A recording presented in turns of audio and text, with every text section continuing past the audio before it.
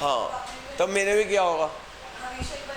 एक पहली बार करना पड़ता है, जब बिजनेस स्टार्ट होता है या नया प्रोडक्ट लॉन्च होता है तो ये करना पड़ता है। उससे अगर छोटी मोटी ऐड हो तो वो रेवेन्यू है। यानी अगर सिर्फ एडवर्टाइजमेंट एक्सपेंस लिखा हो तो आप क्या लिखोगे? रेवेन्यू। लेकिन अगर लिखा हो advertisement heavy amount of advertisement expenditure on launching new product और business is a definite revenue expenditure. समझ आ गई बात? जैसे फॉर एग्जाम्पल मैं एक और भी सब्जेक्ट लॉन्च कर दूँ कि भाई हम ये भी सब्जेक्ट शुरू कर रहे हैं, तो उसके लिए मेरे को एडवर्टाइजमेंट करनी पड़ेगी बहुत ज़बरदस्त, ठीक है? वो क्या होगा? मेरा डेफर्ड रेवेन्यू एक्सपेंडिचर होगा। समझ आ गई बात?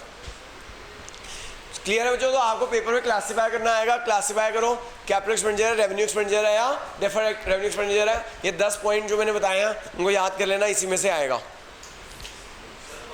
या अगर 10 में से ना भी है, कोई नई चीज़ आ जाए तो आपको मैंने मीनिंग बता ही दिया। अगर कोई नई चीज़ आ जाए तो आप ये देखना क्या ये बेनिफिट इसका 12 महीने से ज़्यादा होगा या 12 महीने से कम होगा।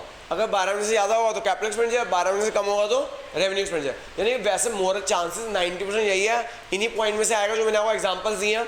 लेकिन अगर बाई चांस कोई नया पॉइंट आ जाता है, तुम्हारे टीचर खुराफा आता है, कोई नया पॉइंट बना दिया, तो घबराने की जरूरत नहीं है। अपने दिमाग का इस्तेमाल करना कि अगर 12 महीने से ज़्यादा बेनिफिट हो रहा है तो कैपिटल एक्सपेंडिचर, 12 महीने से कम हो रहा है तो रेवेन्यू। और अगर कोई नया प्रोडक्ट या बिजनेस पर कोई खर्चा हो रहा है तो वो क्या हो गया? डेफर्ड। हाँ जी सर बताओ।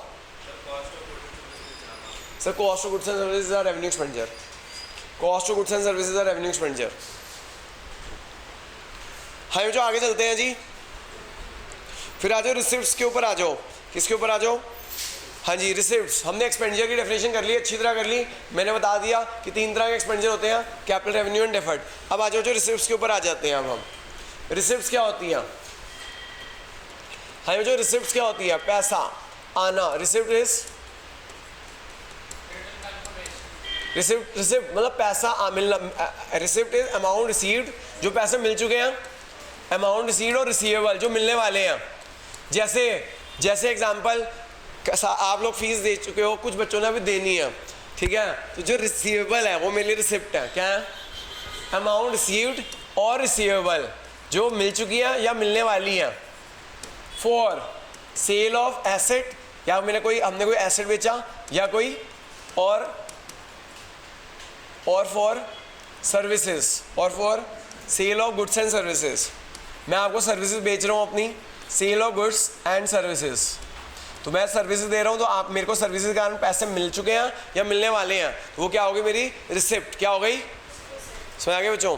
अब रिसिप्ट को भी हम 2 पार्ट में डिवाइड करते हैं। रिसिप्ट को भी हम 2 पार्ट में डिवाइड करते हैं। एक कैपिटल रिसिप्ट, एक हो गई जी कैपिटल रिसिप्ट, और एक क्या हो गई? तो जो हम रिसिप्ट को भी 2 पार्ट में डिवाइड करते हैं, कैपिटल रिसिप्ट और एक रेवेन्यू रिसिप्ट।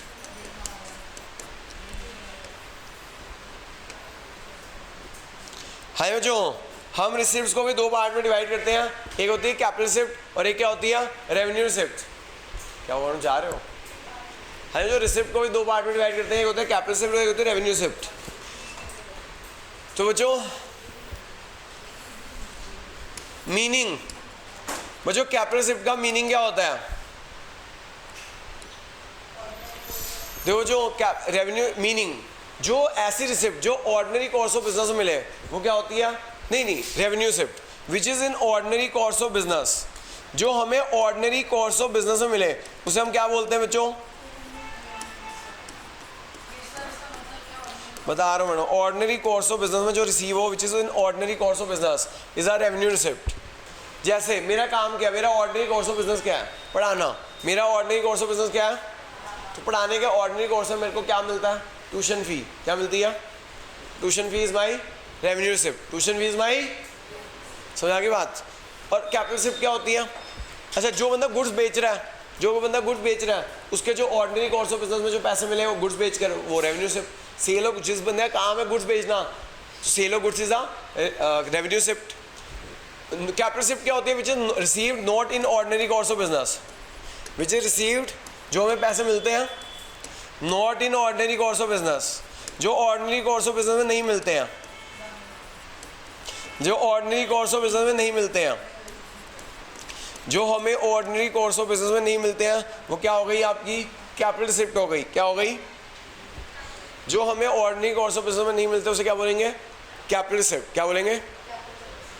हाँ जी बच्चों, एग्जाम्पल मान लो मैंने ना चेयर्स अपनी, मेरा ये पुरानी चेयर हो गई है, मैं सोच रहा हूँ चेयरों को बेच दूँ, तो चेयरें बेच दी, तो चेयर बेच के मुझे पैसा जो आएगा, क्या मेरा ordinary course of business chair बेचना? नहीं, तो ये कैपिटल शिफ्ट हो गई। तो sale of as fixed assets, जो सेल ऑफ फिक्स्ड एसेट्स जो पैसे आते हैं उन्हें हम क्या बोल सकते हैं? कैपिटल शिफ्ट बोलते हैं, जो कि ऑर्डिनरी कोर्स ऑफ बिजनेस में नहीं होती, जो कि ऑर्डिनरी कोर्स ऑफ बिजनेस में नहीं होती, वो क्या हो गई बच्चों? कैपिटल शिफ्ट हो गई। क्या हो गई?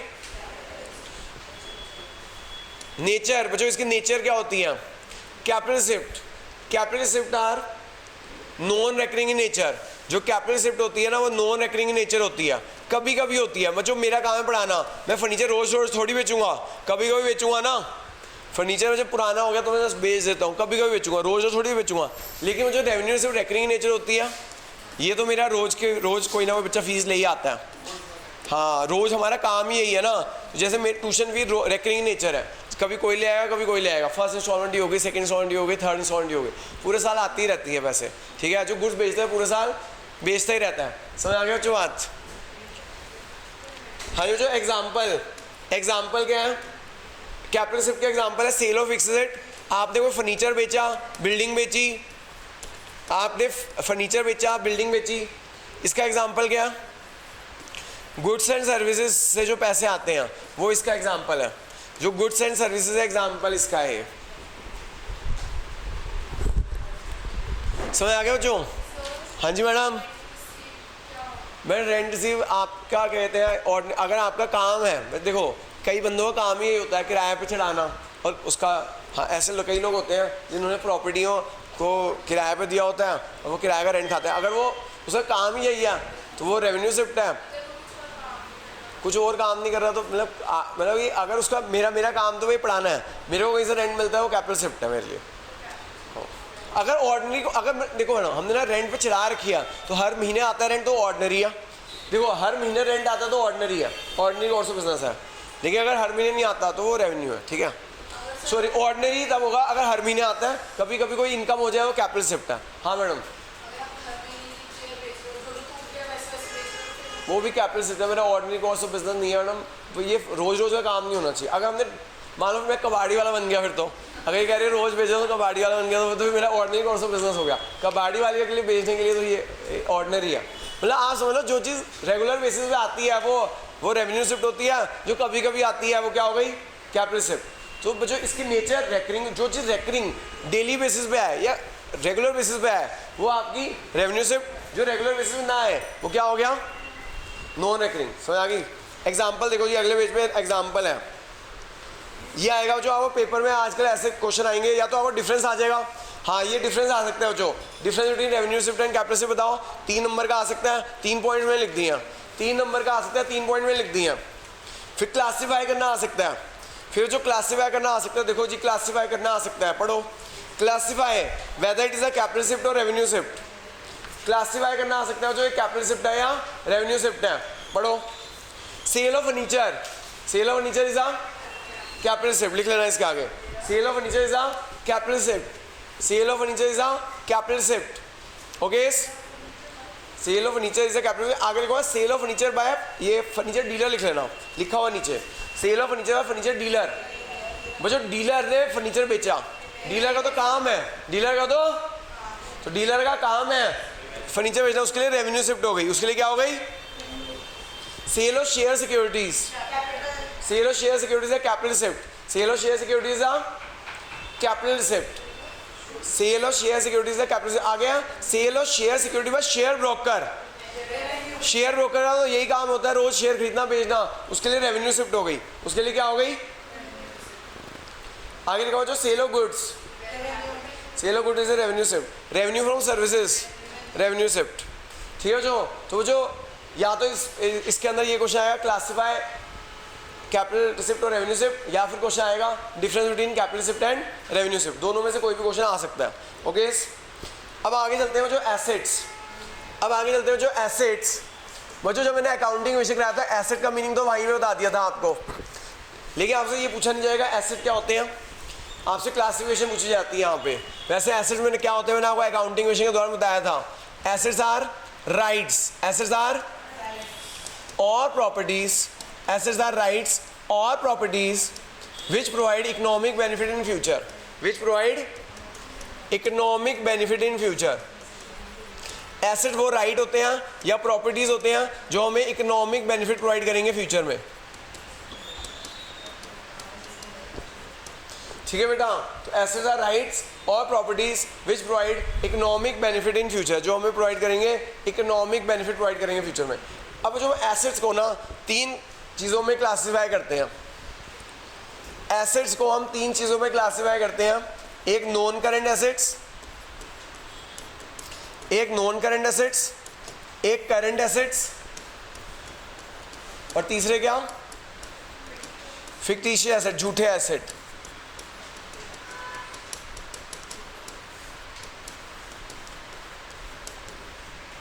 ठीक है, जो हम एसेट्स को 3 चीज़ों में क्लासिफाई करते हैं, non current asset, current asset and fictitious asset.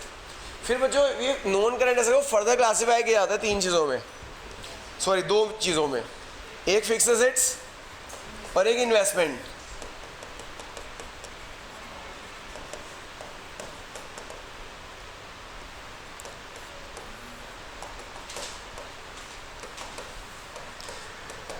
तो जो नॉन करंट एसेट को फर्दर क्लासिफाई करते हैं 2 चीज़ों में, एक फिक्स एसेट और एक इन्वेस्टमेंट। फिर जो फिक्स एसेट को आगे रिक्लासिफाई किया जाता है tangible asset and intangible assets.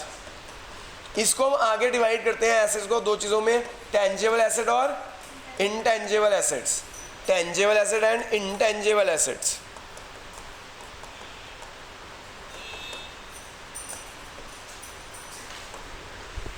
देखो जो नॉन करंट एसेट क्या होते हैं, जो हमें 12 महीने से ज़्यादा बेनिफिट प्रोवाइड करते हैं उन्हें हम नॉन करंट एसेट बोलते हैं। नॉन करंट एसेट क्या होते हैं, which provide benefit for more than 12 months, जो हमें बेनिफिट प्रोवाइड करेंगे मोर देन, उसे क्या बोलते हैं, नॉन करंट एसेट। जो हमें बेनिफिट प्रोवाइड करेंगे मोर देन 12 मंथ्स उन्हें हम क्या बोलते हैं, नॉन करंट एसेट बोलते हैं। ठीक है जी, जो नॉन करंट एसेट को हम फर्दर क्लासिफाई करते हैं फिक्स एसेट और इन्वेस्टमेंट में।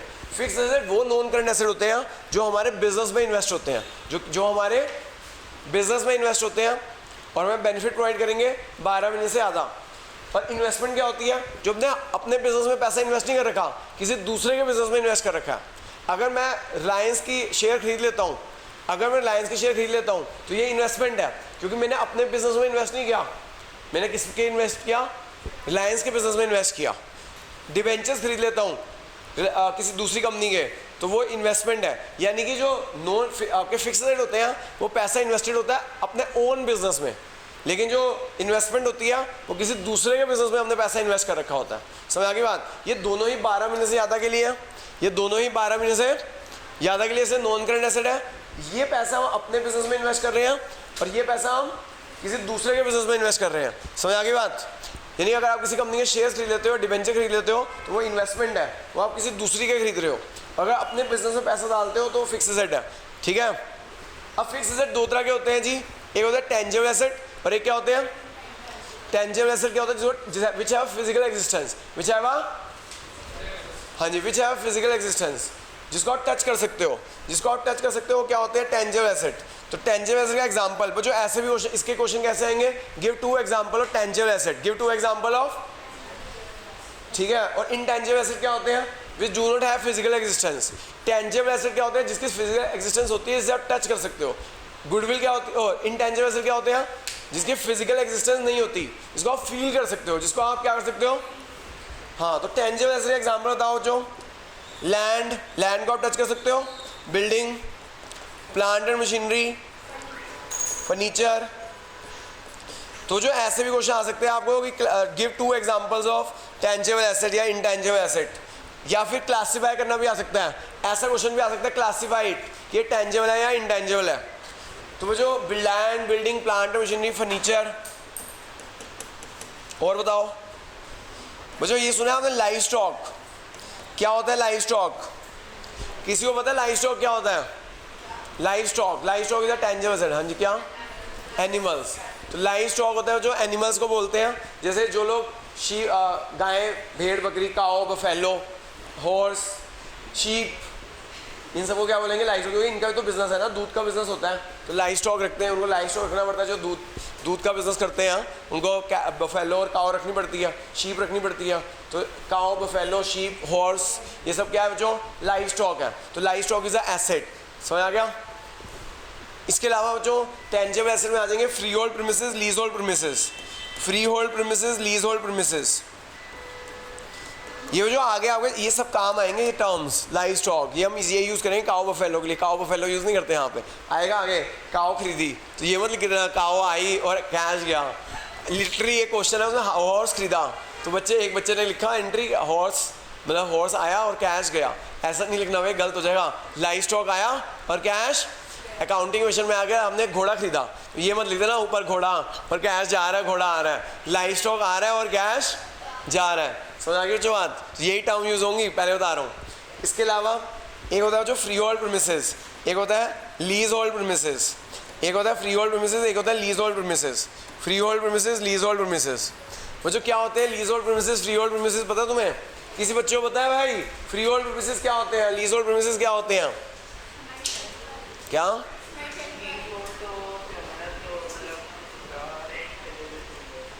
हाँ जी सर, मैं आपको बताता हूँ सर।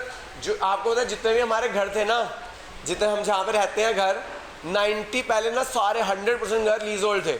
यानी कि हमारे घर नहीं थे। 99 ईयर्स के लिए ना गवर्नमेंट ने हमें लीज पे दे रखे थे। क्या दे रखे थे?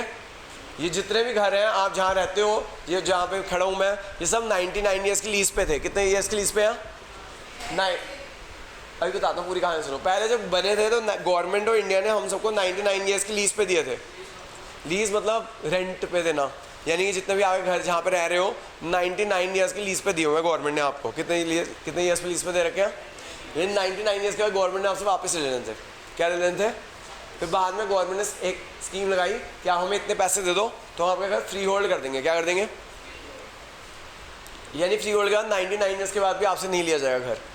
ठीक है, उसके अंदर हमें गवर्नमेंट को कुछ बहुत नॉमिनल सा रेंट देना होता है हर साल का 1000-2000 रुपये, और वो हमें 99 ईयर्स तक रहता है। तो अपने पापा से पूछ लेना भैया कि भैया फ्री होल्ड करवा लिया नहीं करा लिया। अगर फ्री होल्ड नहीं करवाया घर तो क्या होगा? हैं तो 99 ईयर्स गवर्नमेंट ले लेगी तुमसे। बेटा पापा की उम्र 100 साल होगी, उसके बाद आप तो होंगे ना। पापा ने 100 साल रह लिए, दादाजी 100 साल रह गए, उसके बाद आप रहोगे, उसके बाद रहोगे नहीं। फिर फ्री होल्ड का ये भी फ़ायदा होता है कि फ्री होल्ड प्रीमिसेस पे ही क्या मिलता है? लोन मिलता है। क्या मिलता है? फिर हर साल पैसे देते रहो, उससे अच्छा झंझट एक ही बात है ख़त्म करो। मेरी बिल्डिंग फ्री होल्ड है। पता है मेरी बिल्डिंग महंगी क्यों है? बताता हूँ। सबसे डीसी चौक पे ना, हालांकि मेरी बिल्डिंग दिखने में ऑर्डनरी है, लेकिन सबसे महंगी मेरी बिल्डिंग है। पूछो क्यों? क्योंकि ना यार डीसी चौक पे 2 तरह की बिल्डिंग्स हैं, फ्री होल्ड और लीज होल्ड। डीसी चौक पे 2 तरह की बिल्डिंग है, लीज होल्ड, फ्री होल्ड। मेरी बिल्डिंग क्या है? फ्री होल्ड है। मेरी बिल्डिंग में लोन मिल सकता है, बाकी बिल्डिंग में लोन नहीं मिल सकता। और भी कई फ़ायदे होते हैं। तो इसलिए इस वजह से वैसे तो दिखने में मेरी बिल्डिंग जो बाहर से तो बेकार लगेगी या फिर ऑर्डिनरी से लगेगी, लेकिन सबसे महंगी बिल्डिंग डीसी चौक पे ये अग्रवाल प्लाजा ही है। रीज़न है, एक तो फ्री होल्ड है, दूसरा है लिफ्ट है, तीसरा है छोटी बिल्डिंग है। जितनी छोटी बिल्डिंग उतनी ज़्यादा महंगी। फ्री होल्ड पहले सबसे प्लस पॉइंट है, फ्री होल्ड है। फ्री होल्ड के कारण लोन मिल जाता है। क्या मिल जाता है? बैंक लोन फ्री होल्ड पे ही देता है, लीज होल्ड बिल्डिंग पे लोन नहीं देता। हो गए होंगे डीसी चौक को बने 22 साल हो चुके हैं, तो 22 साल हो गए होंगे। ठीक है, तो मैं कहना चाहता हूँ अगर अपने पापा से जाके घर पूछना कि भैया हमारा घर फ्री होल्ड है नहीं है, फ्री होल्ड के फ़ायदे होते हैं, प्रॉपर्टी की वैल्यू बढ़ जाती है, फिर उसके बाद लोन मिल जाता है, और भी कई फ़ायदे होते हैं। तो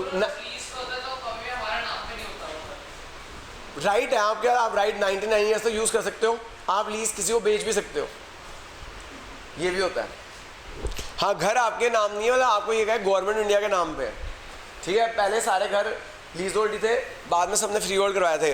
अब आप पापा से पूछना कब फ्री होल्ड करवाया था, कि घर है भी या नहीं है तो कराओ भाई, नहीं तो मेरा क्या होगा। हाँ जी आगे चलो जी। हाँ जी सर। हाँ, वो उसके लिए लीज है, उस बंदे के लीज है, आपके लिए तो वही है, आपका ही है। आगे चलते हैं। जो इंटेंजिबल एसेट्स, वो जो इंटेंजिबल होता है जिसके लिए फिजिकल एग्जिस्टेंस नहीं होती है, जैसे गुडविल। वो जो goodwill is a intangible asset. Goodwill is a reputation. Goodwill क्या होती है? रेपुटेशन होती है, जिसके कारण हम प्रॉफिट अर्न करते हैं। अब देखो मैं ज़्यादा एडवर्टाइजमेंट नहीं करता तो भी बच्चे आ जाते हैं, ये गुडविल ही तो है। फिर आप देखो व्हाट्सएप बिका था, फेसबुक ने खरीदा था, वो ऐप तो कोई भी ना ले। वो जो पैसे दिए गए थे वो किस बात के दिए गए थे? गुडविल के। किस बात के दिए जाते हैं? तो गुडविल इज एसेट, तभी तो गुडविल के पैसे दिए जाते हैं। बायजूस ने आकाश को खरीदा, पता नहीं कितने करोड़ रुपए दिए, किस बात के दिए? गुडविल के दिए। किस बात के लिए दिए? तो गुडविल बिकती है बच्चों, गुडविल इज एसेट, ठीक है। फिर आगे पेटेंट। पेटेंट क्या होता है? जो फॉर्मूला या डिज़ाइन, फॉर्मूला या डिज़ाइन, जैसे फॉर एग्जांपल कोविड वो वैक्सीन बनाने की पेटेंट, जो फॉर्मूला है वो पेटेंट करवा लिया, तो वो बिक सकता है कि जिसको खरीदना है वो हमसे पैसे देकर खरीद लो। यानी ये पेटेंट क्या होता है? फॉर्मूला या डिज़ाइन, फॉर्मूला या किसी चीज़ को बनाने, किसी मेडिसिन बनाने का फॉर्मूला या किसी चीज़ को बनाने का फॉर्मूला, दैट इज़ पेटेंट, ठीक है। फिर आगा कॉपीराइट। जैसे आपकी बुक्स के ऊपर कॉपीराइट लिखा होता है राइटर का कि हमारी परमिशन के बिना और कोई छाप नहीं सकता, ये बुक प्रिंट नहीं कर सकता हमारी परमिशन के बिना। तो पता है तुम बुक्स फोटोस्टेट करा लेते हो ना, अगर राइटर ने कंप्लेंट कर दी, जैसे बुक्स है, बुक्स का पेज कोई फोटोस्टेट करा देते हो, ये इलीगल है। क्या है?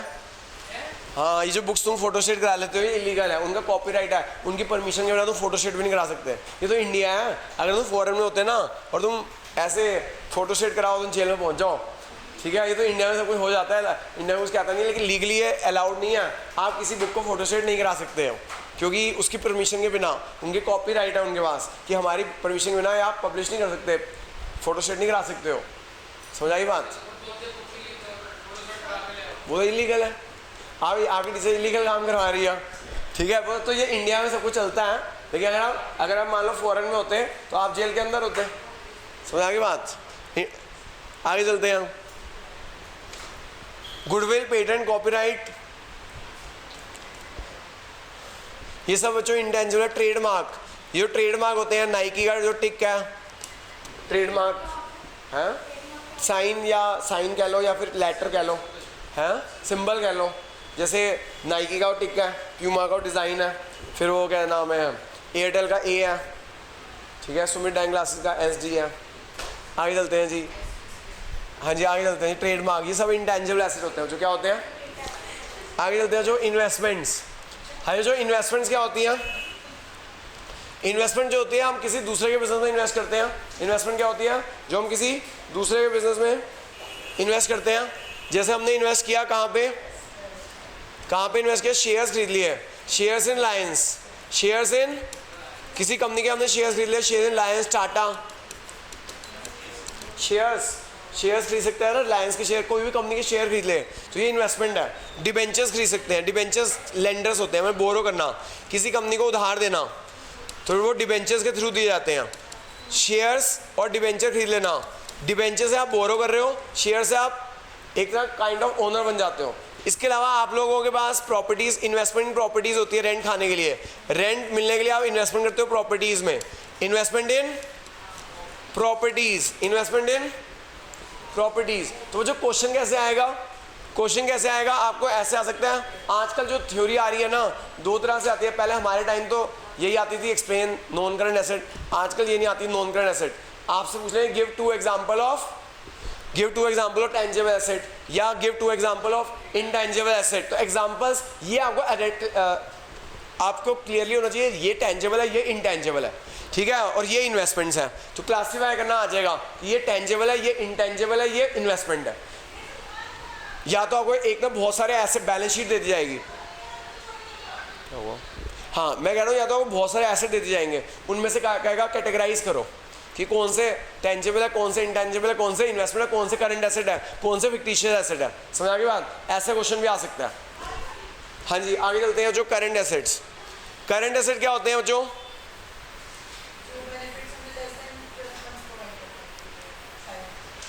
हाँ, जो करंट एसेट वो होते हैं जिनका बेनिफिट हमें 12 महीने से कम होगा, जिनका बेनिफिट हमें 12 महीने से, हाँ जिनका बेनिफिट हमें 12 महीने से कम होता है, या फिर whose benefit exhaust within 12 months। Current asset कौन से होते हैं? जिनका बेनिफिट हमें 12 महीने से कम होगा, या जिनका बेनिफिट हमें एग्जॉस्ट हो जाएगा 12 महीने के अंदर अंदर, या फिर जिनका बेनिफिट खत्म हो जाएगा 12 महीने के अंदर, या फिर कैश में कन्वर्ट हो जाएंगे 12 महीने के अंदर अंदर। करंट एसेट क्या होते हैं? जो जिनका बेनिफिट खत्म हो जाएगा 12 महीने के अंदर अंदर, या कैश के अंदर कन्वर्ट हो जाएंगे 12 महीने के अंदर अंदर। तो जो करंट एसेट का एग्जांपल है जो कैश में कन्वर्ट हो जाएंगे 12 महीने के अंदर अंदर, तो खुद cash is a current asset, खुद कैश इज अ, हाँ cash is a current asset. Bank को जब मर्जी कन्वर्ट कर लो कैश में। डेटर्स कैश में कन्वर्ट हो जाएंगे 12 महीने के अंदर। बिल रिसीवेबल तो ये बच्चों कैश के अंदर कन्वर्ट हो जाएंगे 12 महीने के अंदर अंदर। प्रीपेड एक्सपेंसेस का बेनिफिट खत्म हो जाएगा 12 महीने के अंदर अंदर। एक्रूड इनकम, हाँ sir, in commission paid in advance, prepaid commission. तो प्रीपेड एक्सपेंसेस सारे करंट एसेट होते हैं, प्रीपेड एक्सपेंसेस सारे करंट एसेट होते हैं। तो ये सारे करंट एसेट है, cash, bank, debtor, BR, prepaid expenses, accrued income, ये सब क्या किस में आते हैं? करंट एसेट में आते हैं, क्योंकि या तो कैश में कन्वर्ट हो जाएंगे या इनका बेनिफिट 12 महीने के अंदर अंदर खत्म हो जाएगा। ठीक है बच्चों, आज इतना ही करते हैं। जो लोग ऑनलाइन वाले बच्चे हैं वो हार्ड कॉपी अगली क्लास में ले लेना, लीव कर देना।